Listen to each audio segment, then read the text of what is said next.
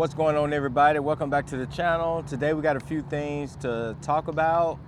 Nothing real serious or anything like that, but we do got a few things to talk about.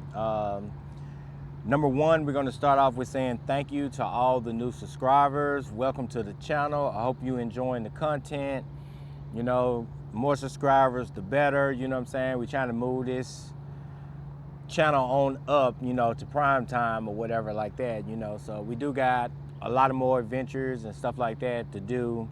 We're down here in Florida right now. It is hot and humid, you know. Have been having a lot of rain down here in Florida, so just been kind of dealing with that. I'm also working with a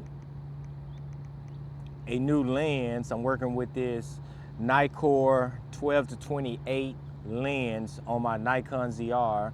I'm really liking this lens, even though I haven't figured out how to make the zoom work with the zoom rocker on the camera. I can only make the digital lossless zoom work, but I can't make the zoom on the camera actually work with the lens. I have to twist a little ring on the lens to make it work. But I also have this little remote control right here, and this remote allows me to zoom. As you can see, I can zoom in and I can zoom out using this little remote control, but I can't get the function on the camera itself to actually work. I don't know if it's the lens or if I just have a setting set wrong within the camera.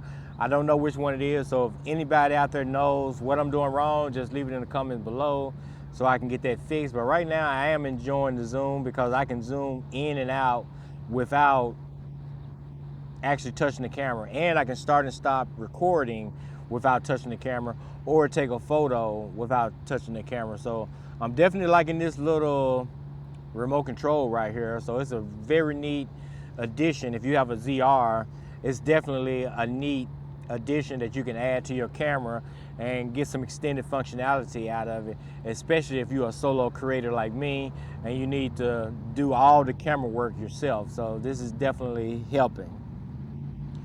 Also, I wanted to show you guys this thing that I got, and man, it is totally crazy. This Kinfinity Vista release has been exciting and crazy at the same time because, you know, this is my first time doing a release on a camera, and I am definitely not used to not receiving my product when I actually ask for the product. So that's been definitely real different for me to actually deal with, you know, not being able to get my product at the same time. But B&H did send me out, they did send me out this. This is the cage from Tilta. Oh, I got it upside down, but that's the cage right there from Tilta. I don't know why B&H sent me this and didn't send me the camera. It kind of don't make sense, but I don't know. I'm just kind of dealing with it right now. I also got the handle. They sent the handle out, so there's the handle. Like I said, I'm not sure why B&H sent these two items out and they didn't send the camera, because they should have sent the camera and all this together. The top handle, I did not get the top handle as well, so I don't have that either. So that's one of those things. I don't know what's going on really with that. I done heard, yeah guys, I done heard a few rumors saying that there is some part shortage going on with the Kinfinity. So I'm not sure what part shortage they're having, whether it's memory cards or whether it's imaging chips or whatever, you know, the sensor. I don't know what, you know, part shortage they having, but that's just what I saw somebody report online, that they having a part shortage, and that's why it's taking so long with the cameras. We do have a few people who have actually received their cameras and have posted smaller tidbits on YouTube. I think I seen only one YouTube video, and I seen one well, I've seen a few posts on Facebook talking about they received their Kinfinity camera, blah, blah, blah, and all that kind of stuff, but still waiting on my camera. I'm not sure why a lot of people are not posting videos. If they got their camera, why they are not posting videos on YouTube using their cameras. But so far, everybody is saying everything is working as far as they can see, but they haven't posted a video showing everything working. So I'm really hoping everything is going to be working, and maybe Kofi and Brandon and Matt or whoever out there that got the camera, they got the demo cameras.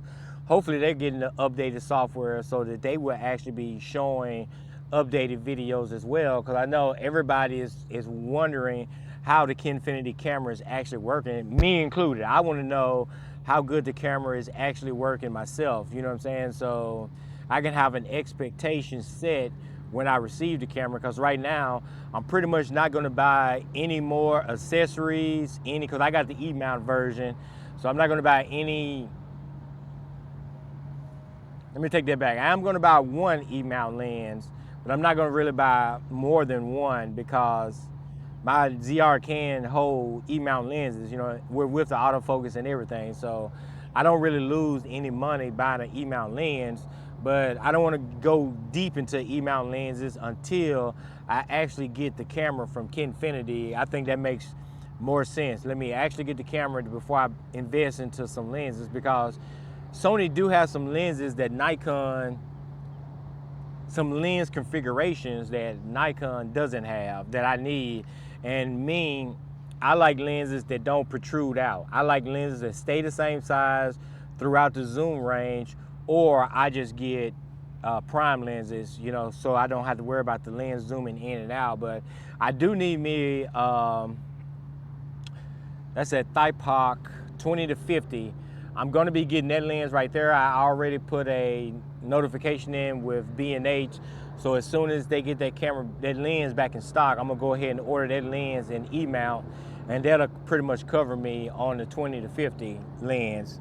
So I can pretty much use this camera here when I go back to Southeast Asia, which is, I'm planning on using this camera. I took the Lumix S9 last year, so I'm probably going to take this camera here this year. And of course, if all goes well with the Vista, I'm gonna be taking the Vista as well when I go back over there, so I can do like some mini docs and stuff like that, you know, over there in the Philippines using that lens.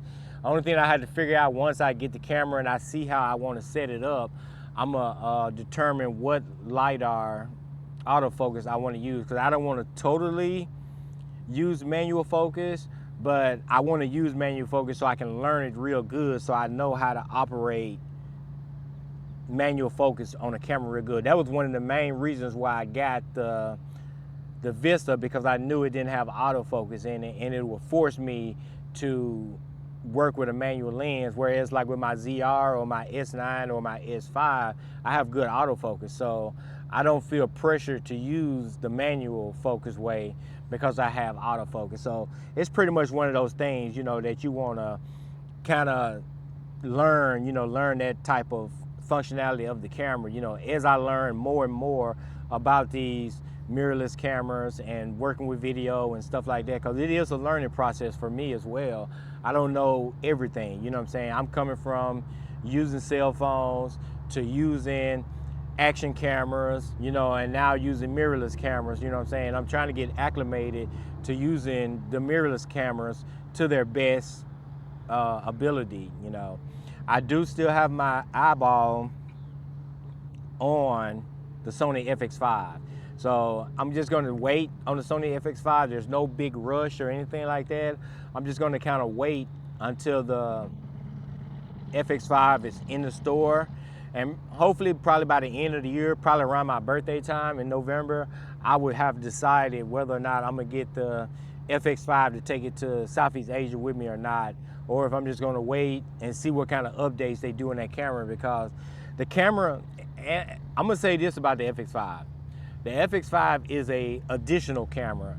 The FX5, depending on what you're doing, is not necessarily your main camera, because if you buy the FX5 for your main camera, you're going to be missing out on photos, and I don't want to buy for my main camera and be missing out on photos, you know what I'm saying? So that's why I made the video and said, if you don't have another camera, don't sell all the cameras you got just about the FX5, because it is just a video camera. It's not a hybrid camera. It don't shoot photos and screen grabs. That whole mentioning of screen grabs that the camera's going to be able to do later is just garbage. So I wouldn't even worry about that, you know what I'm saying?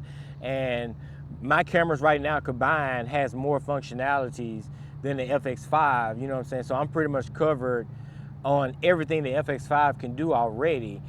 I'm just in a position to where I can afford the camera, and on top of that, I can shoot videos with my mirrorless cameras more than I shoot photos.